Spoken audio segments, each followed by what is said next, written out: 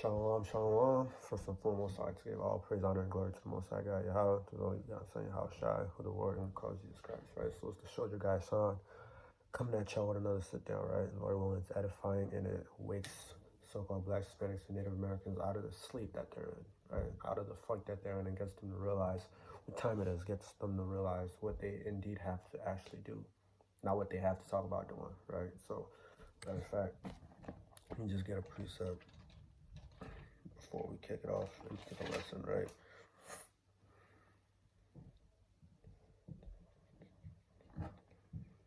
This is the book of Romans, chapter 13, verse 11. And that knowing the time, right?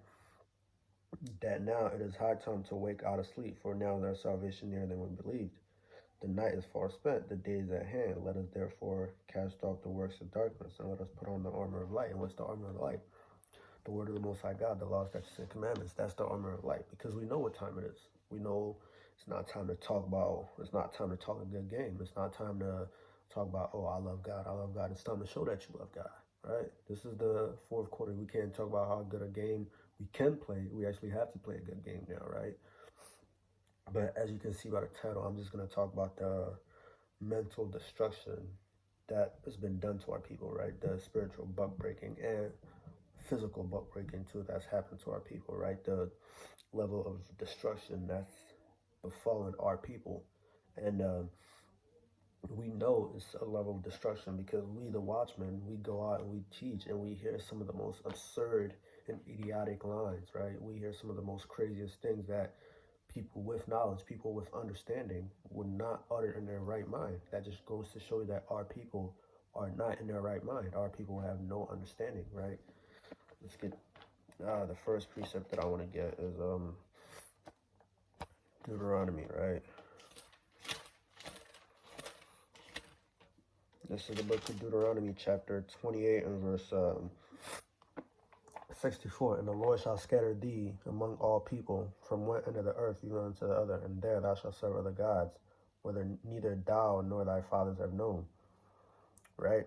Verse 65. And amongst these nations thou shalt find no ease, neither shall the sole of thy feet have rest, but the Lord shall give thee their trembling heart and failing eyes and sorrow of mind, right?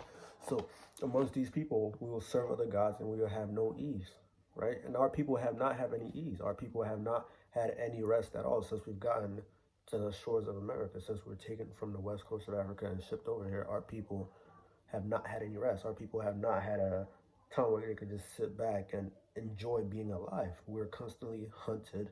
We're constantly oppressed day in and out. We're constantly gunned down. We constantly have to worry about feeding each other. That does something to a person's psyche. That's the ramifications of that, right? The psychological as well as physical ramifications of that are not something that's pretty. They're not something that we can just walk off. And we see that with our people day in and day out. They grope at noonday. Matter of fact, let's get that. This is the book of Deuteronomy 28, verse 28. The Lord shall smite thee with madness and with blindness and astonishment of heart, and thou shalt grope at noonday as the blind gropeth in darkness, and thou shalt not prosper in thy ways. Thou shalt be oppressed and spoiled evermore, and no man shall save thee. And that's our people, right? We're groping at noonday, and even in our cursed estate, right? Even while we're cursed, there's people still continuing to oppress us, right? Even when we're still suffering, it's like somebody punched you in the face and you fall down, you're in pain, and then they continue to kick you down. We're already down, but they still kicking us down. We're already in our lowest state, but they're still kicking us down. We're already oppressed, but they're still kicking us down. So our people have to come together. We got to realize that. We got to realize that we're being kicked down, right? We got to realize that we got to come together, because that's the only way we're going to survive this thing, together and by calling on the name of the Most High God, Yahweh, right? So let me see if I can find this.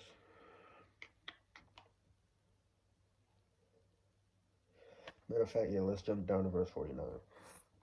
And one thing about the curses that I've started to come to realize, or just now realize, is that it's like some of them are like a cause and effect type of thing, or they can have a cause and effect type of thing, right? Because in verse 64, we just heard that we're not going to have rest, we're not going to have ease. In verse 65, so we're not going to have any rest, and we shall want, let me read. And there, and give thee a trembling a trembling heart and failing eyes and a sorrow in mind, right? And in verse 28, he said we're going to grope at noonday. So some of the curses are, they relate to each other, right? We can see the relationship with them because we're going to have a failing eyes. We're going to be wanting for stuff. We're not going to be in a state, right? Because we're going to have a trembling heart. And heart, we know the the Hebraic concept for heart is your mind. So we're going to be groping, and we're going to be given a trembling heart, meaning our psyche is not going to be right, right? So we're going to be groping at noonday because we're going to be wanting for stuff. So we see that type of relationship with the curses, and that just came to me through the Spirit. All praises to Most High, right? So let me jump down to verse 48. Right?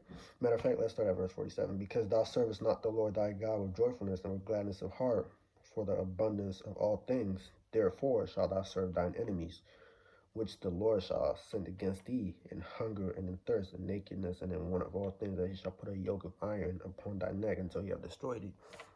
And that's what the so-called white man wants to do. He wants to put a yoke of iron upon you until he destroyed you, right? What is that called?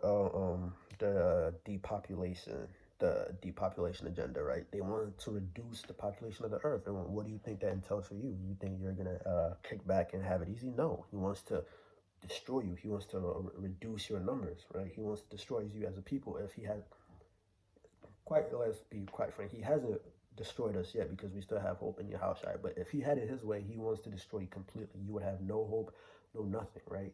But we're here to tell you that you do have hope, and your hope in Yahweh. Your hope is in Yahweh by Yahushua. But for you to realize that, you have to come back to these laws, statutes, and commandments. For you to be eligible for that, you have to start keeping the laws, statutes, and commandments.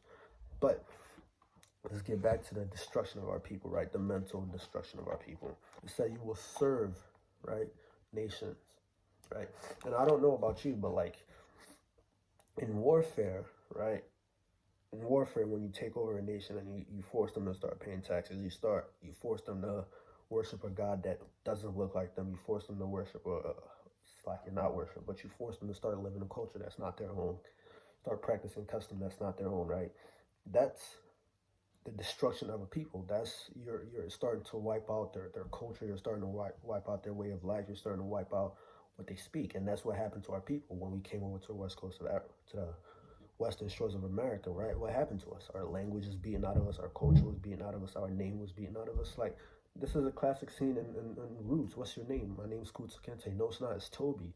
That happened to us on a grander scale. That's the destruction of a group of nations. That's how you systematically wipe out a nation. You take away their language. You take away their culture. You take away their God. You take their belief system, their camaraderie, right? You separate them into different people groups. That's how you destroy a nation, and that's exactly what's befallen us. Until now, we're in this state of mind, right? Let's get Jeremiah chapter 2,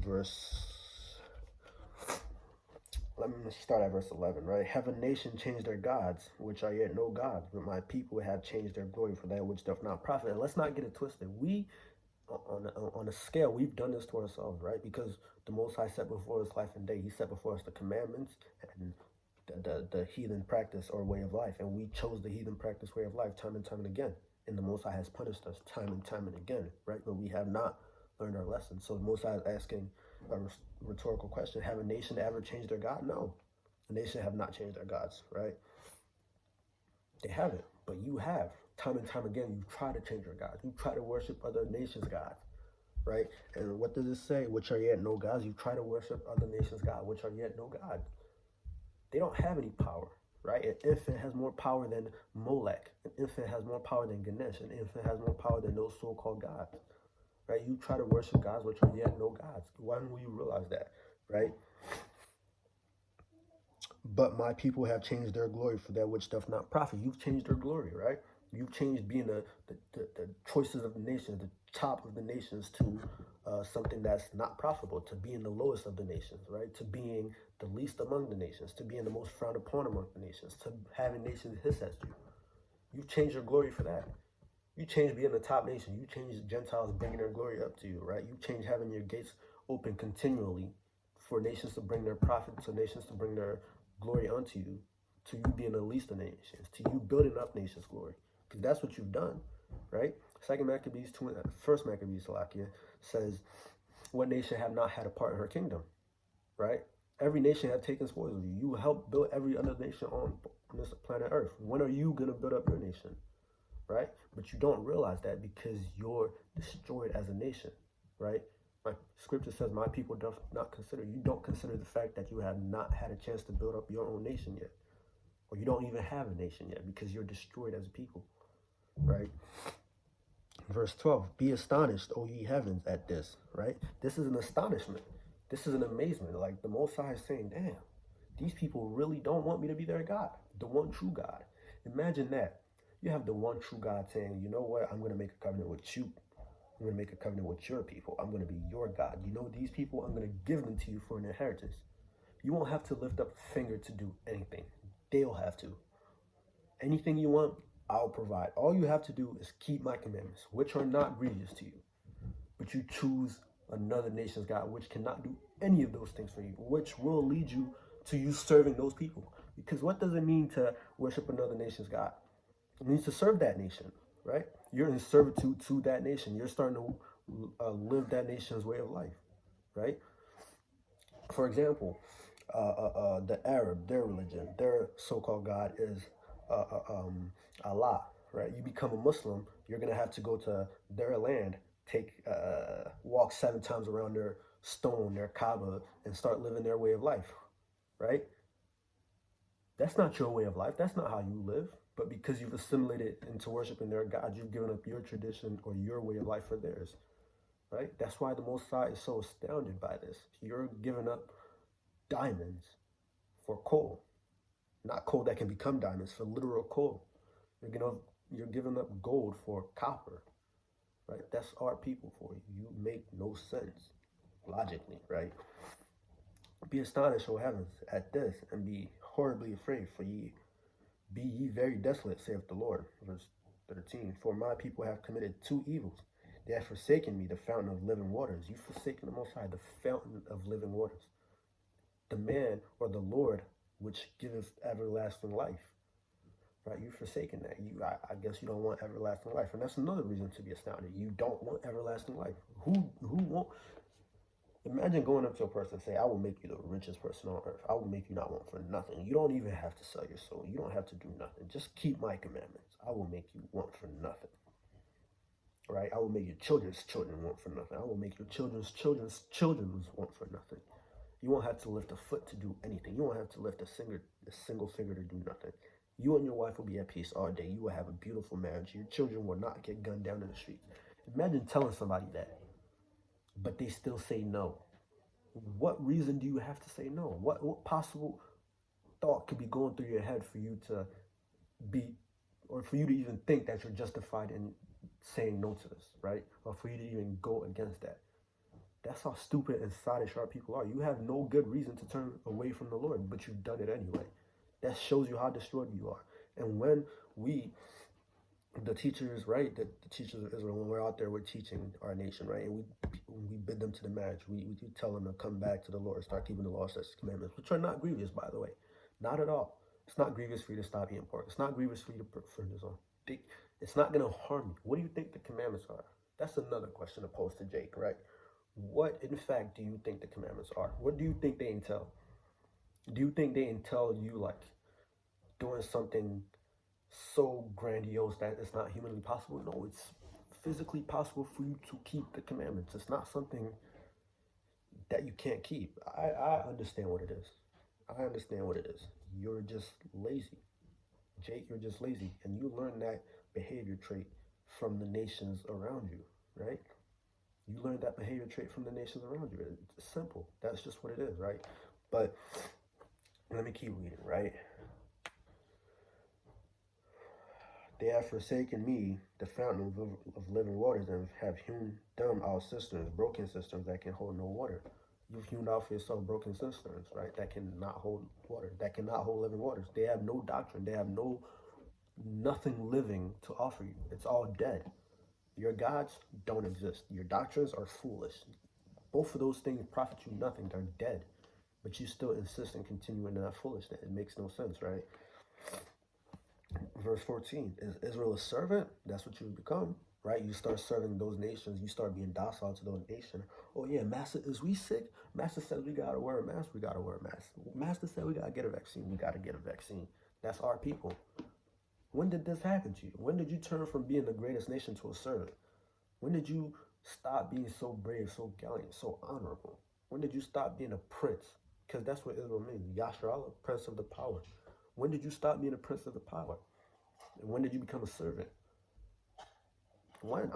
I really want to know, when did that happen to you? When did that mindset happen? Well, I don't want to know, because I know it happened when you stopped serving the Most High God and when you went into slavery.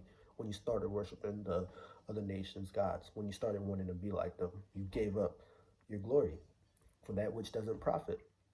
That's what you did. You gave up your glory for that which doesn't profit. Is Israel a servant? Is he a homeborn slave? Why is he spoiled? Why have people spoiled you? Why are people treating you like you're a slave? If you're not a slave, why are people treating you like that? Are you a servant? Are you a homeborn servant? Right? Are you a house nigger? Right? Master needs something, you're there right then to give it to him. Is that you? Is that all you entail? Is that your whole characteristics? You so-called blacks, Hispanics, and Native Americans, is that you? Is that all you know? How to serve master, how to be a good little boy, how to wait for master, how to be at master's hip, how to hate your own people for master. Is that all you know? You become a slave, you become a servant because you're so destroyed, because you turned away from this. The law, statutes, commandments, which is supposed to be the living waters, which is supposed to be your land, which is supposed to guide your steps, you turned away from. And now you wonder why you grow up at noonday. Now you wonder why you don't know where to go next. Because this is the light that's supposed to show you where to go next, you turned away from. Now you don't know where to walk. Now you don't know, you're stumbling at noonday you're supposed to have the law in your mind and it's supposed to illuminate your eyes so you know where you're going. But you don't have that because you're destroyed as a people, man. Now you grew up at noonday and now you're serving people that's lesser than you. You're serving the basis of men that don't know nothing. How are these basis of men that can't even stay in the sun, how are these people the ones that's ruling over you?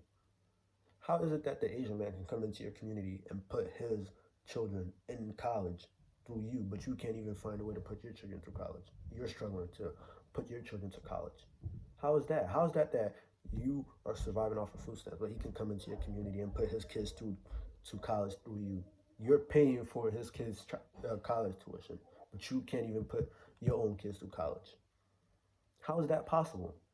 Because you're destroyed as a people. You become servants. You don't have that rulership mindset no more. You rather save Esau than have rulership. You rather give away your salvation than have that salvation only for you. That's how you think now, because you're destroyed, because you become a servant, right? Because you become a homeborn slave, right? That's our people. Now let's get Baruch. You become a servant, but this was not the original intent. This was not the original intent of slavery, right? This was the original intent of slavery, right? This is the book of Baruch, chapter 4, verse 6. You were sold to the nations, not for your destruction. You weren't sold so you could be destroyed. You weren't sold so you could be in this predicament, right? Matter of fact, let me see if I can find that in Zechariah, where they further the affliction.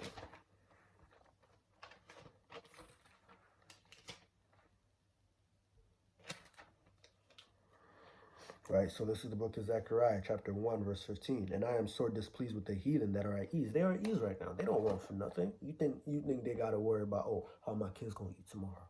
What am I going to do tomorrow? How am I going to feed myself tomorrow? You think they're worried about that? No, they're feeding themselves off of your back. They are at ease right now. For I was but a little displeased, but they helped further the affliction.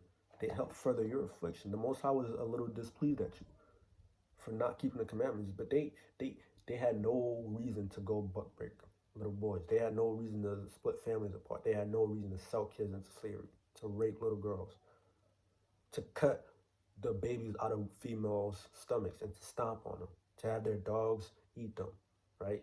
To use kids as alligator bait. They had no reason to do any of those things, right? So they furthered the affliction. You weren't sold to the nations so you could be destroyed. You were sold to the nations to be chastised, to learn the error of your ways, right? But they didn't want that.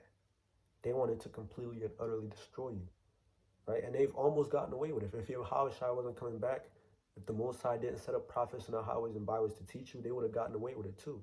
But they've forgotten that they're still dancing in the palm of the Most High's hand. They may think that they're doing what they want to do, but they're still dancing in the palm of the Most High's hand. And that's a fact, right? But you've got to realize that you have hope. You got to stop being a house nigger and become a field nigger. You got to stop being a house nigger.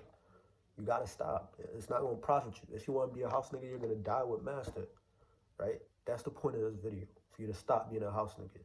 For you to wake up and start keeping the commandments, because if you don't, you're going to die with the so-called white man, who is the goddamn devil the Bible speaks of, right?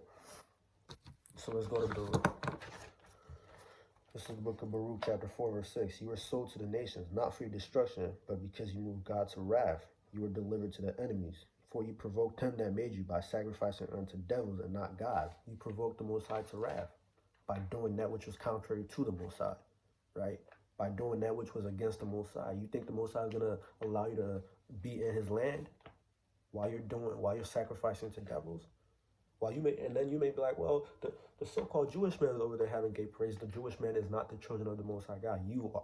The Most High don't care about them. He chastises you. And he has a day set up for them. Oh, they're going to get theirs, all right? Matter of fact, let's get that in Lamentations. They're going to get theirs. Don't worry about them. Worry about you. I remember when I was a kid, my mom used to always tell me, don't worry about other kids. Their parents are going to deal with them. If they don't, that means they don't love them. I'm dealing with you. If their parents don't deal with them, they don't care about them. I'm dealing with you because I want you to be better. I'm dealing with you because I have expectations for you. The Most High is dealing with you because he has expectations for you, because he's chosen you to be a holy people. And holy people don't behave like that. They can do whatever the hell they want. The Most High don't care about them. He cares about you, right? So let's get this, right? Where do I want to start at? I'm going to read verse 22 and I'm going to read verse 21. The punishment of thy iniquity is accomplished, O daughter of Zion. He will no more carry thee away into captivity. He will visit thine iniquity. He will visit thine iniquity, O daughter of Edom. He will discover thy sins. So your punishment is almost at its end. Your house is almost there. You only gotta endure a little bit longer. You Israelites, you so-called blacks, Hispanics, Native Americans, you only gotta endure a little bit longer. Your iniquity is at its end. Contrary to popular belief, you don't have another captivity to go through, because the so-called white man is the Edomites of the Bible, the goddamn devil that the Bible speaks of. That's them. So you don't have another captivity to go to. You're not going to go to the Arab man and serve another captivity, because they are the Ishmaelites. And you people that's out there teaching any different, you hate your people because you want them to be enslaved much longer, right? But let's read verse 21. Rejoice and be glad, O daughter of Edom. Yeah, you so-called white people that's been whipping our backs and that's been putting your knees on our necks. Rejoice. It's coming to you too, right? The Most High, the God of justice, he got something in store for you too, right? O daughter of Edom, that dwellest in the land of Uz, the cup also shall pass through unto thee. Yeah, the cup that we're drinking, we finished drinking it. We drank our portion. We handing it off to you now, because you got to drink too, right? Right? And thou shalt be drunken and make thyself naked, right? You're going to be shamed, right? You're going to drink that cup and you're going to be made ashamed. All these nations around about you, they're going to see your shame. They're going to uncover your shame. They're going to know the whore that you are, because you are Babylon. So like, yeah, I'll be right back. But yeah, y'all not going to escape. Y'all going to drink that too, because we had to drink it. And the Most High loves us more than he loves you. So if he made us drink it, what makes you think you don't got to drink it, right? You don't have a choice in the matter. You're going to drink that too, right? But yeah, you weren't sent to the nations for your destruction. You were sent because you moved the Most High to wrath. But look at you. If this is what the Most High does to you in your wrath, what makes you want to keep doing the thing that makes him angry? And the thing that makes him angry is sin, right? So actually, let me get this precept real quick.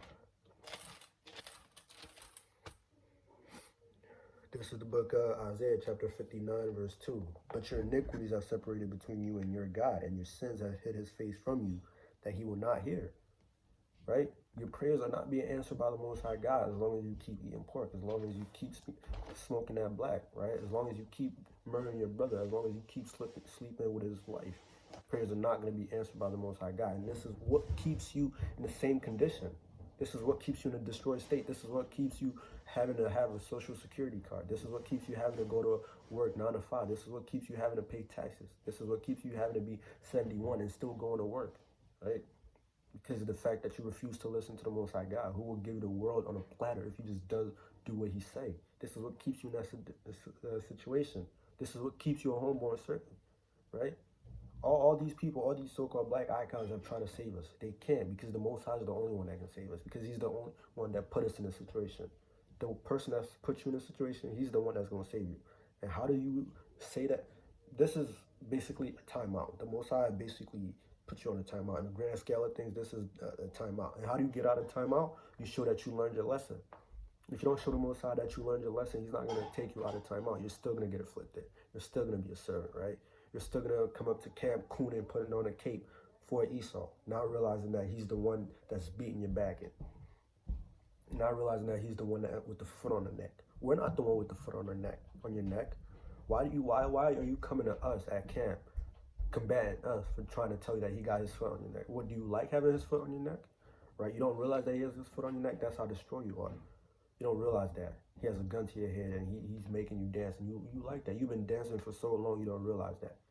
And when somebody come and try to tell you, hey man, you know he got a gun to your head, he can't be your friend. You know he got a gun in your head forcing you to do things. No, I want to do it. I want to do it. No, you don't. You've been forced to do it so long that you think you want to do it, that you think you have to do it, and you don't. What you have to do is keep the law, statutes, commandments. That's the only thing that the Most High requires of you. And that's what you got to realize. That's what you so-called Blacks, Hispanics, and Native Americans got to realize. The sooner you realize that, the sooner you can get out of this situation. Because Lord knows I'm tired of being here. Lord knows I hate waking up and seeing that I'm still on Franklin Street, right? And that's another thing too, right? The so-called white man got you so destroyed, right? You're willing to go to war, kill your brother over a street that's more than likely named after him.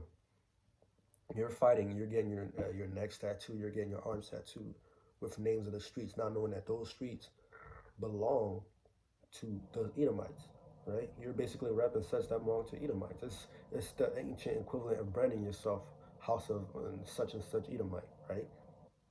That's the equivalent of branding yourself, except this is how destroyed he got you, right?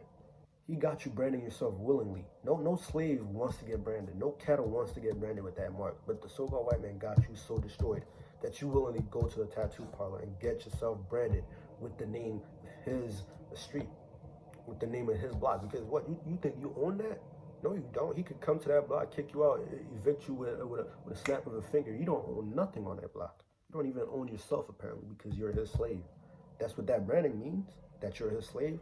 Old block, you don't own old block. Why are you rapping old block, right? You got that tatted on you. You're branding yourself with the mark of your owner, right? The persons that own old block. If your property of old block, right? And who owns old block? The Edomites, the so-called white man. Your property of the white man. You did that to yourself willingly. That's how destroyed he has you. That's how much of a servant and a slave you are, that you did that to yourself. Now, I don't know how you don't see it, right? I don't know how you don't understand that you're in a destroyed state of mind, right? So let me get this real quick. And Salaki, if you hear noises, pardon that. Just pretend you ain't hear it. Pretend you didn't hear the noise, right? So this is the book of Jeremiah, chapter 30. I'm gonna start at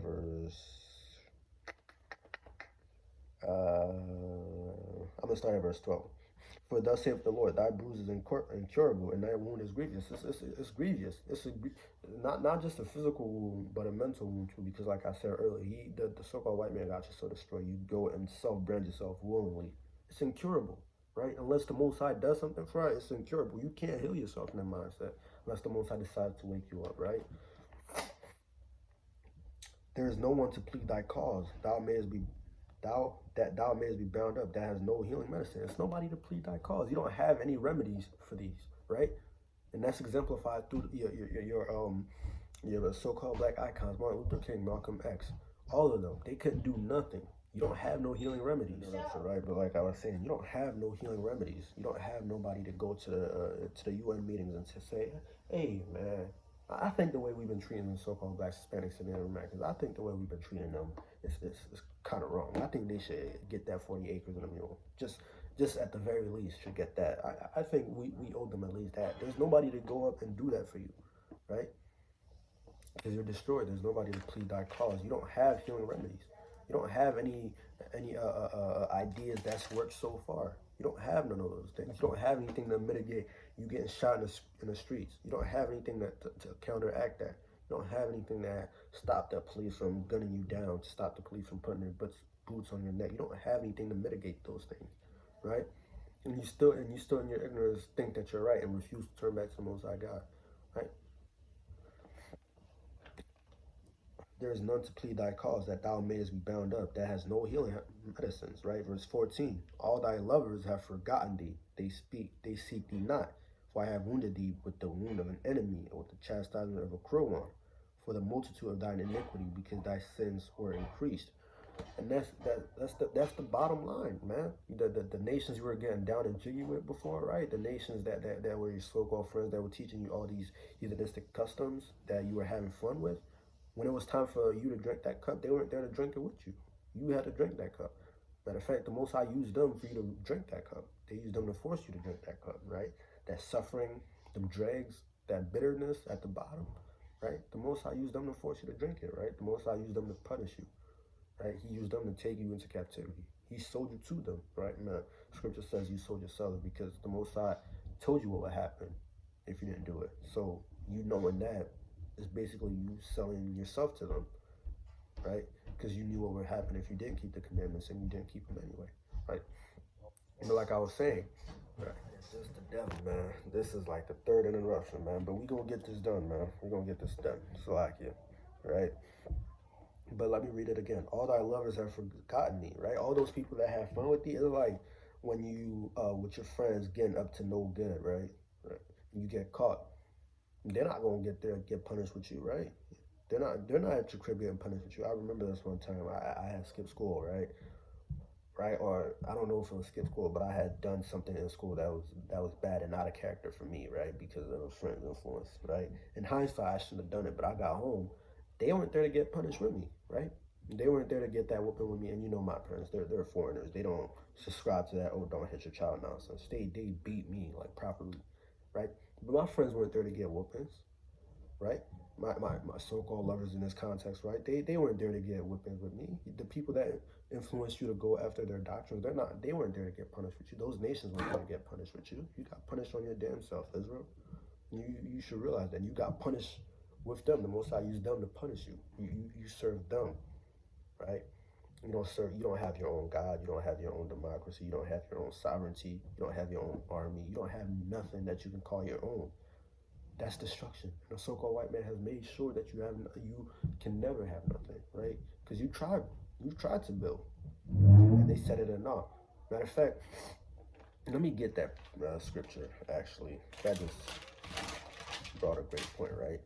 This is the book of Psalms, chapter 127, verse 1. Except the Lord built the house, they labor in vain that built it. Except the Lord keep the city, the watchman waketh but in vain, right? You try to do all those things. And the Most High wants you to realize that unless you're calling on my name, you so-called blacks, Hispanics, and Native Americans, you're not going to get anywhere.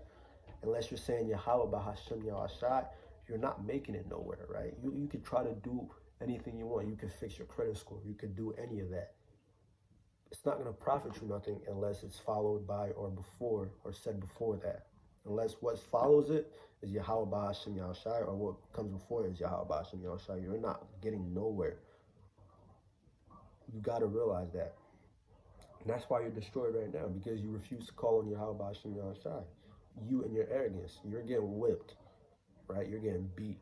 You're getting your back beaten. You're getting afflicted left and right, but you still refuse to call on the one person that can deliver you out of it. You still refuse to turn back to the one person that can deliver you from this, because that same person that can deliver you from this is the same person that put you in it. Wouldn't it make sense, right, to go to the person that put you into this and ask him forgiveness and to undo what he did to you?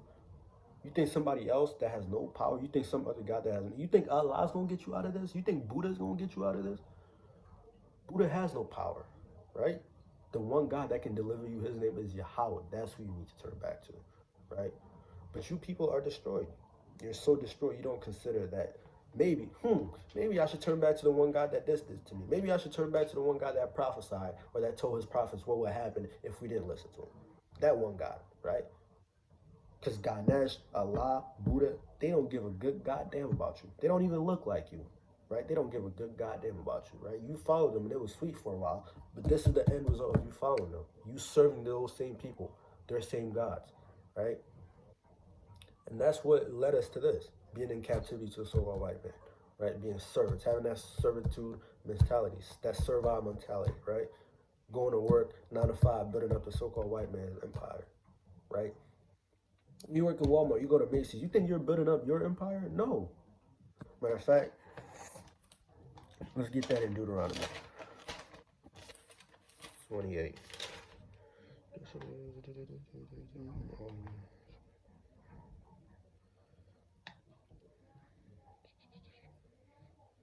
And thou shalt unto him, Salakia,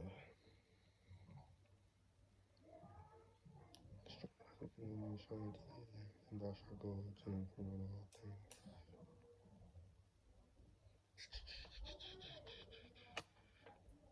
Salakia, let me just Google it and stop wasting time.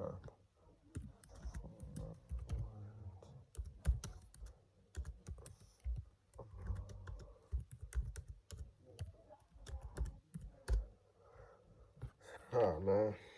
Alright, so this is the book of I just read it too. That's the crazy part. This is the book of Deuteronomy, chapter 28, verse 48. Therefore shalt thou serve thine enemies, which the Lord shall send against thee, in hunger and in thirst, in nakedness, and in want of all things. And he shall put a yoke of iron upon thy neck until he destroy you. And it says for want of all things. So even if you want to start your own business, you're still going to him. Your small business is still helping his economy. You're not building up your own economy, right? So no matter what you do, he got you boxed in. That's that servile mentality. You think you're getting somewhere, but you're still building up his economy. You think you're getting somewhere doing something for your own people, but you're still doing it for his people, for his nation. Until you destroy that person and you separate from him completely, you're serving him, right? And that's what we gotta get you to realize. You gotta stay in your community and help build up your community. And how do you do that? And how do you succeed? How do you do that and succeed? Because you can do that. You can do that. You can just do that. But how do you do that and succeed? By turning back to these commandments, by following the Lord Yahweh Shem Yahshai. That's how you do that, right? Scripture says there is no other name by which man can be saved. You're not going to get anywhere without those names. Yahweh, Bashem, Yahushua. You're not going to get anywhere. So I suggest you get very acquainted with those names because that's the only way you're making it out. If you're not acquainted with those names make you feel sickened or some for some odd reason, you got to check your spirit, right? Because you're not getting anywhere without those names, right? So where do I want to go? I want to go to Judith. So this is the book of Judith. I just through the spirit while I was getting precepts together, this angle just hit me, right? So this is the book of Judith, chapter 5. I'm gonna start at verse 17. And whilst they sin not before their God, that hateth iniquity, so like, and while they sin not before their God, they prosper because that God hateth iniquity. That's why it says in Isaiah 59:2, the Most High, our iniquity have separated us between us and our God, because God hates iniquity. He's not going to tolerate that, right? So while we sin not against our God, right, they prosper. Verse 18, but when they departed from the way which he appointed them, they were destroyed in many battles and were led captives into a land that was not theirs. And that's what happened to us, right? So if we sin against our God, we become servants, right? And that shows, and that is applicable still today because we're servants today. We're in a land that's not ours, serving the nations that's not our own nation, build up their riches, building up their land, building up their economy, right? So let's get something situated. You sin against God, you become a servant. You follow God, you become prosperous, and you have servants. So knowing that, right, our people chose to still sin against God. Our people chose to still worship idols, which is the beginning of spiritual fornication. Our people still chose the way of darkness, right? When God said, walk in my statutes and commandments, you will have everything you want in abundance. You won't want for nothing. Or you can worship the gods of the other nations, which are yet no gods, which have no glory, which are made of wood and stone, which cannot eat, which have no power in themselves, and can lead you to destruction, will assuredly lead you to destruction. And what do our people in our infinite wisdom do? We follow the gods of the other nations. We become their servants. We start following their customs, right? And that's where we are today, destroyed for a lack of knowledge, right? We lack the knowledge of choosing life. We lack the knowledge of choosing our own people over the heathens. We lack the knowledge of coming together and worshiping the Most High God. That's the knowledge that we lack. We lack how to do those things, right? And we even lack the want of wanting to do those things. You know, it's it's not in the so-called blacks, Hispanics, and Native Americans' heart, or maybe it was, and it was just being out of us or something. But it's not in the so-called blacks, Hispanics' interest to even serve the Most High God, right? We're out there preaching to you, piping unto you the good song, and you walk by because you have something better to do, apparently, right? You're walking fast to nowhere. That's our people, right? You're destroyed for a lack of knowledge, right? So let's get that. This is the book of Jeremiah, chapter 17, and verse 4. And thou, even thyself, shalt discontinue from thine heritage that I gave thee, and I will cause thee to serve thine enemies in the land which thou knowest not. Right? And make no mistake, the Most High did cause us to do this, and we provoked them to do it, and rightfully so. Rightfully are we enslaved to this, because look at us. You don't want to keep the commandments of the Most High God. You don't behave like the chosen people, right? So you're going to stay here until you realize that you're the chosen people and something is required of you, right? Until you realize that you're Israel, and being Israel comes with something. It comes with expectations. It comes with responsibilities. Until you realize that we're going to be stuck here.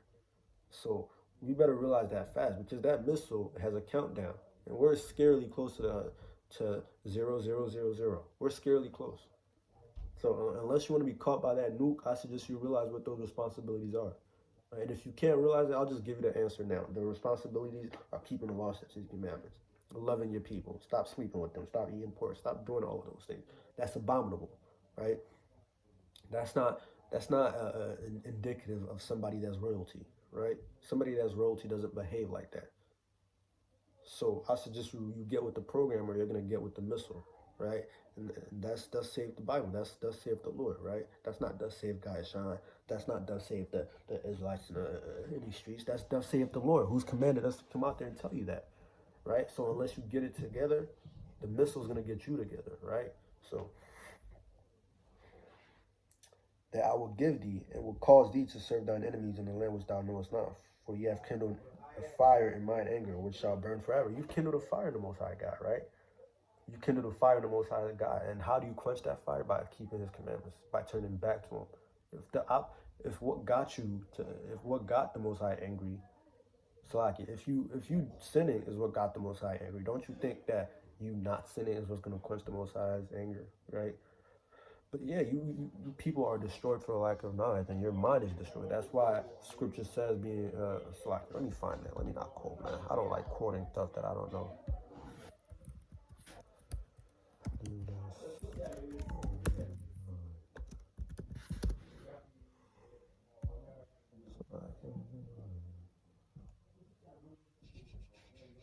I'm trying to find this.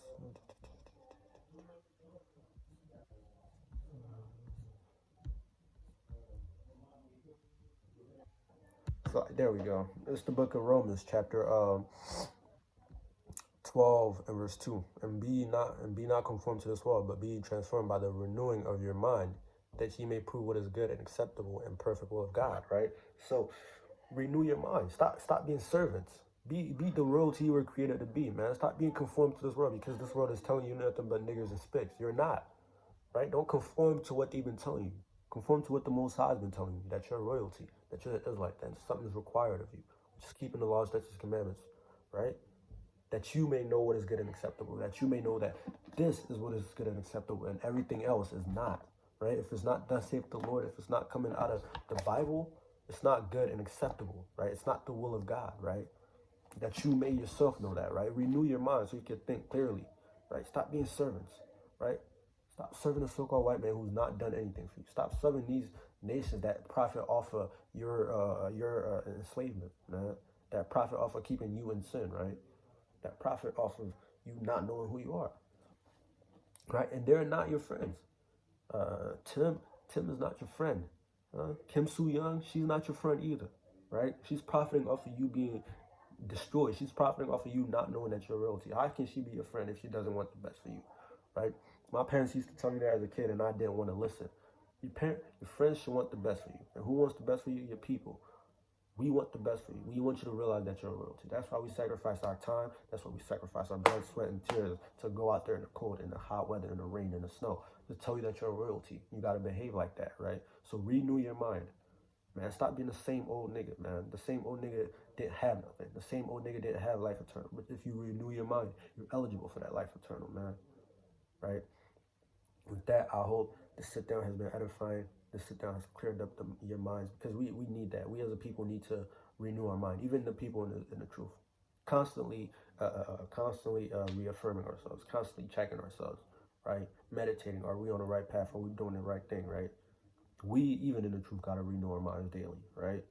So with that, I hope this sit down has been edifying, has been exhorting, and has caused brothers and sisters to truly wake up and examine the scriptures for themselves, not only themselves, for your children, if you have children, for your family, because you could be that one person that causes your family salvation, right? So with that, I hope this sit down has been edifying, feeds the flock, as the Most High Yahweh Shai, Slakia, our Lord Yahweh Shai, exhorted us to do right. And with that, I say shalom and abad the ball.